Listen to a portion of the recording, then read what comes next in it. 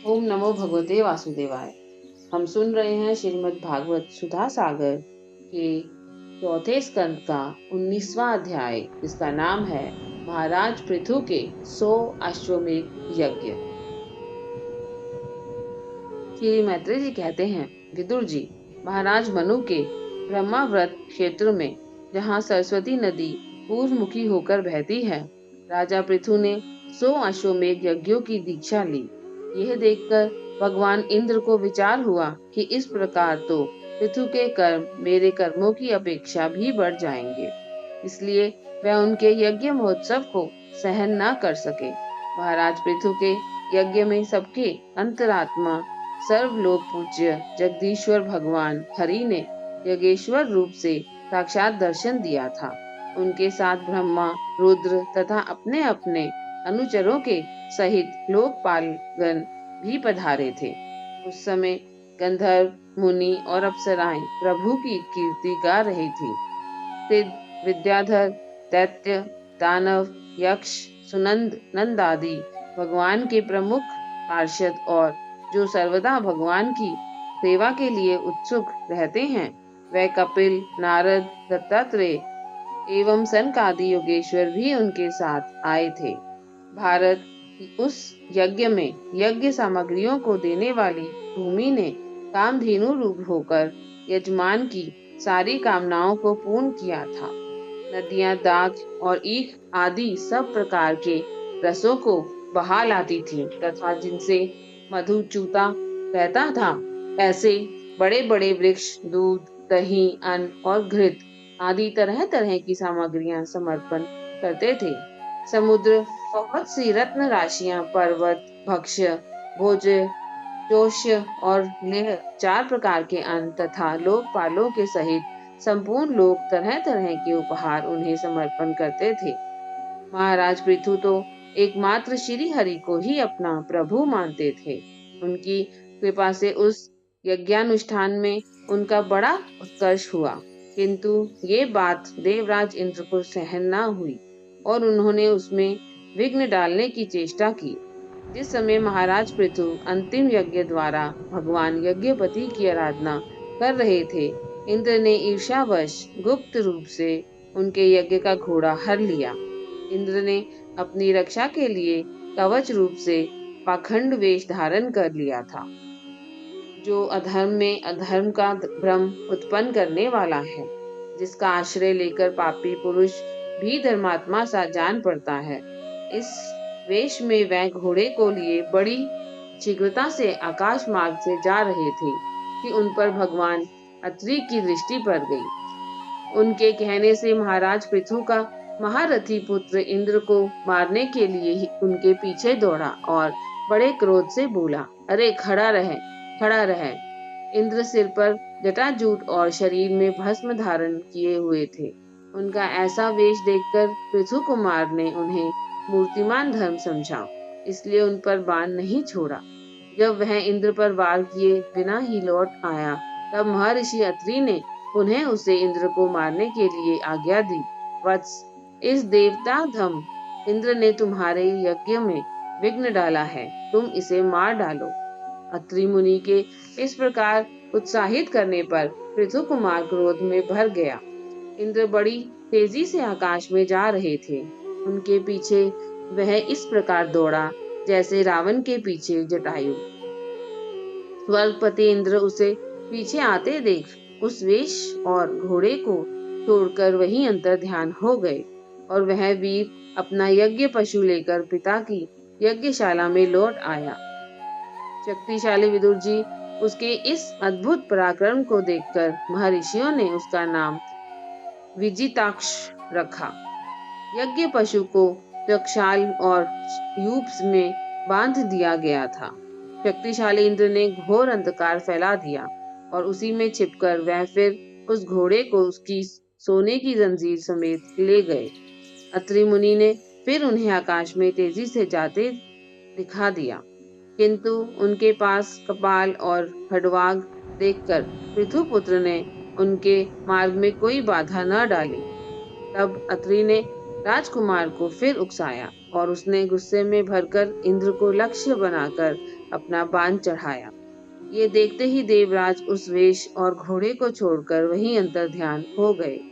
फिर विजिताक्ष अपना घोड़ा लेकर पिता की यज्ञशाला में लौट आया। तब से इंद्र के उस निंदित वेश को मंदबुद्धि पुरुषों ने ग्रहण कर लिया। इंद्र ने अश्वहरणी इच्छा से जो जो रूप धारण किए थे, वह पाप के खंड होने के कारण पाखंड कहलाए। यहाँ खंड शब्द चिन्ह का वाचक है।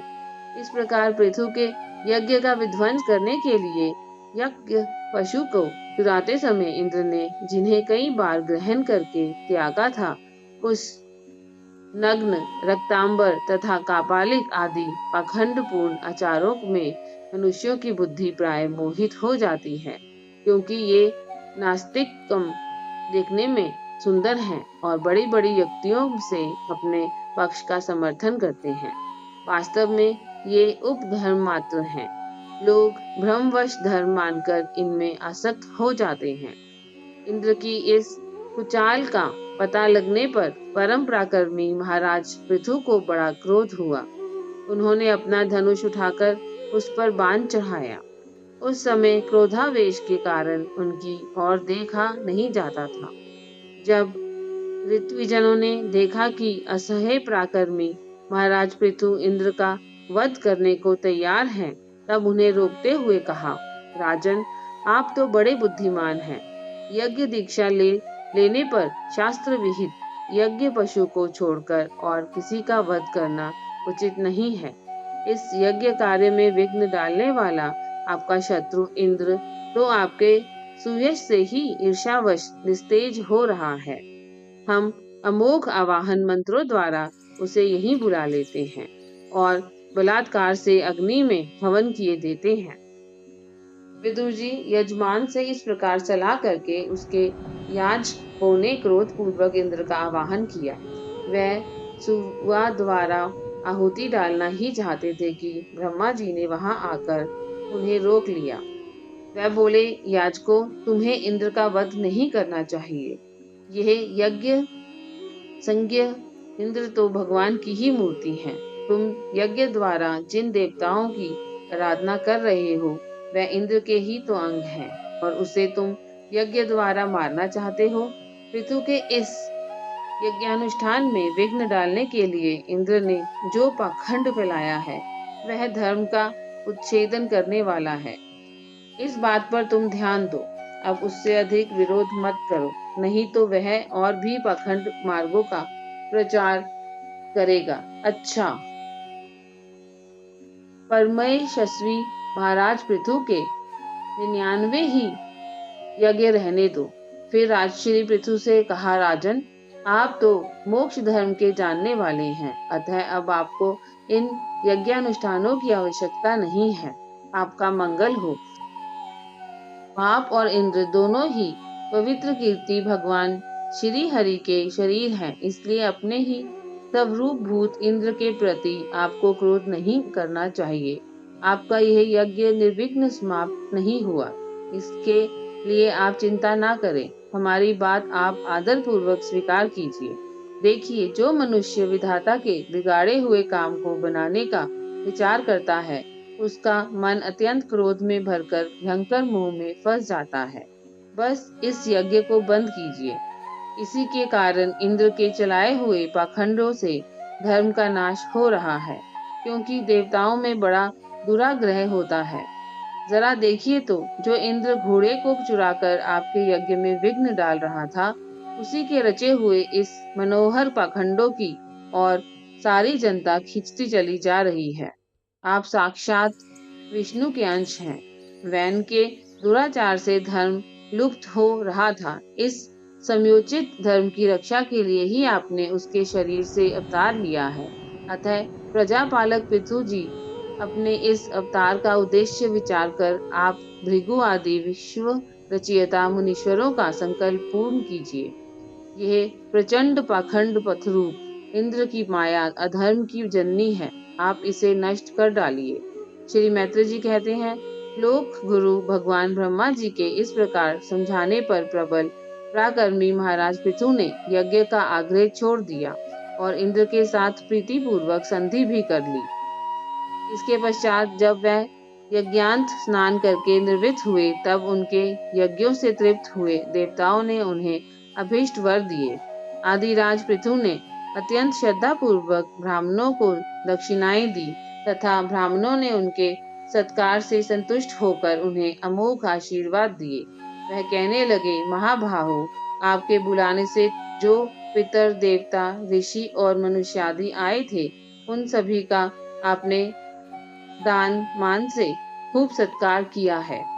ओम नमो भगवते वासुदेवाय।